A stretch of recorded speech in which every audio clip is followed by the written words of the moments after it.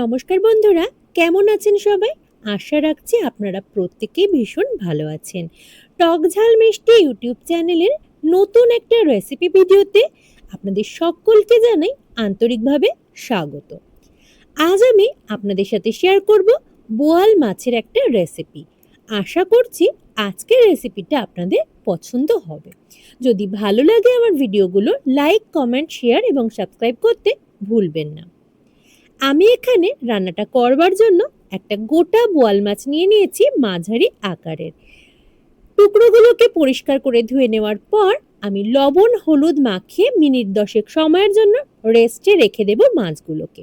আর অন্যদিকে একটা কড়াইতে বেশ খানিকটা সর্ষের তেল গরম করে নিয়েছি।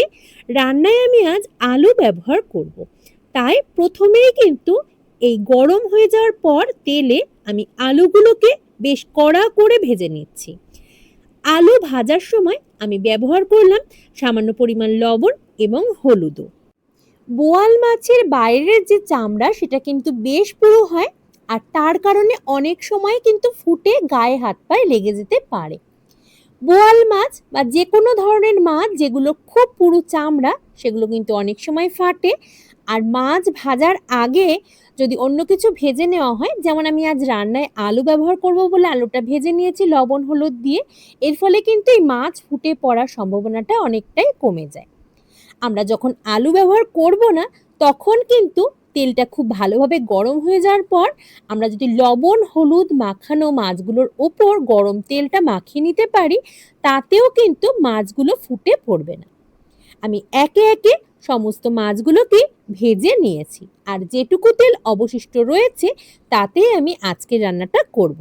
ফোড়ন হিসেবে আমি দিয়ে দিলাম গোটা গরম মশলা, একটা ফাটিয়ে নেওয়া শুকনো লঙ্কা এবং নিয়েছি গোটা জিরে। তেলের ওপর ফোড়নটা দিয়ে দেওয়ার পর মিনিট খানেক সময়ের জন্য ভেজে নিয়েছি, আর তারপর একটা গোটা রসুন, যেটাকে আমি আগে থেকেই খোসা ছাড়িয়ে থেতো করে রেখেছিলাম, সেই সম্পূর্ণ রসুনটাই দিয়ে দিয়েছি তেলের ওপর। বেশ খানিকক্ষণ ভাজার পর যতক্ষণে রসুন ভাজার একটা মিষ্টি সুগন্ধ বের হয়েছে, তারপরে দিয়ে দিলাম 1 চামচ পরিমাণ আদা বাটা। আদা এবং রসুনটাকে বেশ খানিকক্ষণ সময়ের জন্য ভেজে নেওয়ার পর দিয়ে দেব 3টে মাঝারি সাইজের বেটে নেওয়া পেঁয়াজ। যে কোনো রান্নার ক্ষেত্রে মশলার কাঁচা গন্ধ একেবারেই ভালো লাগে না, তাই আমি ধাপে ধাপে রসুন আদা এবং পেঁয়াজটা যোগ করার পর একসাথে পেঁয়াজও বেশ খানিকক্ষণ সময় ধরে কষিয়ে নিচ্ছি। সাথে যুক্ত করে দিলাম স্বাদ অনুসারে লবণ। এবার রান্নায় যোগ করে দেব পরিমাণ মতো হলুদও। খুব ভালোভাবে সমস্ত মশলাকেই কিন্তু আমি কষিয়ে নেব। আজ আমি রান্নায় যে সমস্ত উপকরণগুলো ব্যবহার করছি প্রতিটা মশলাকেই কিন্তু খুব ভালোভাবে কষিয়ে নেব, কারণ বোয়াল মাছগুলো আমি খুব ভালোভাবে ভেজে নিয়েছি। আর বোয়াল মাছ যথেষ্ট নরম হয়ে থাকে, যখন আমরা মাছটাকে রান্নায় যোগ করব তখন কিন্তু আর খুব বেশি সময়ের প্রয়োজন হবে না। মশলাগুলোকে ভেজে নেওয়ার সাথে আমি রান্নায় যোগ করে দিলাম 2 চামচ পরিমাণ জিরে গুঁড়ো এবং স্বাদ অনুসারে লাল লঙ্কার গুঁড়ো ও কাশ্মীরি লঙ্কার গুঁড়ো। সমস্ত মশলাগুলোকে আরও কিছুক্ষণ কষিয়ে নেওয়ার পর রান্নায় যোগ করে দিলাম 2টো মিডিয়াম সাইজের টুকরো করা টমেটো। আরও কিছু সময় ধরে যতক্ষণ না টমেটোটা বেশ নরম হয়ে আসছে ততক্ষণ কষিয়ে নিচ্ছি। আর এবার টমেটোটা নরম হয়ে যাওয়ার পর এই রান্নায় যোগ করে দিলাম আগে থেকে ভেজে তুলে রাখা আলুগুলোকে। সমস্ত মশলা সহ আলুগুলোকে আরও কিছুক্ষণ সময়ের জন্য কষিয়ে নেব। আর অন্যদিকে একটা পাত্রে আমি বেশ কিছু পরিমাণ জল গরম করতে বসিয়ে দিয়েছি। আমি আমার প্রায় প্রতিটা রান্নার ক্ষেত্রে আপনাদের সঙ্গে শেয়ার করে থাকি, আমি রান্নায় কিন্তু অবশ্যই চেষ্টা করি গরম জলই ব্যবহার করার। গরম জল ব্যবহার করলে রান্নার স্বাদটা কিন্তু অনেকটাই বৃদ্ধি পায়, আর গরম জল ব্যবহারের ফলে রান্নাটা কিন্তু অনেক তাড়াতাড়িও হয়ে যায়।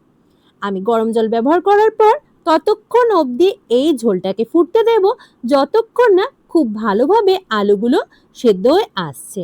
এতক্ষণে আলুগুলো কিন্তু খুব ভালোভাবে সেদ্ধ হয়ে গেছে। এবার আগে থেকে ভেজে তুলে রাখা মাছগুলো আমি রান্নায় যোগ করে দেব।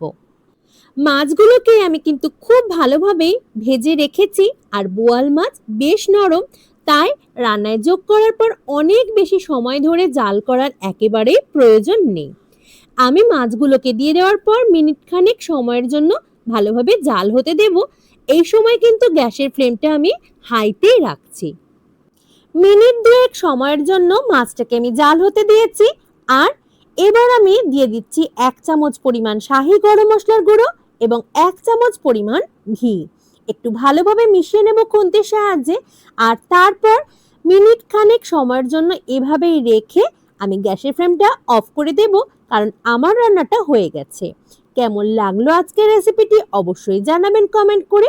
ভালো লাগলে লাইক করতে ভুলে যাবেন না।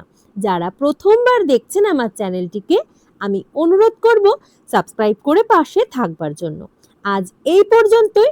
নতুন রেসিপি ভিডিও নিয়ে আপনাদের সামনে হাজির হব খুব তাড়াতাড়ি। সকলে খুব ভালো থাকবেন আর অবশ্যই সাথেও থাকবেন।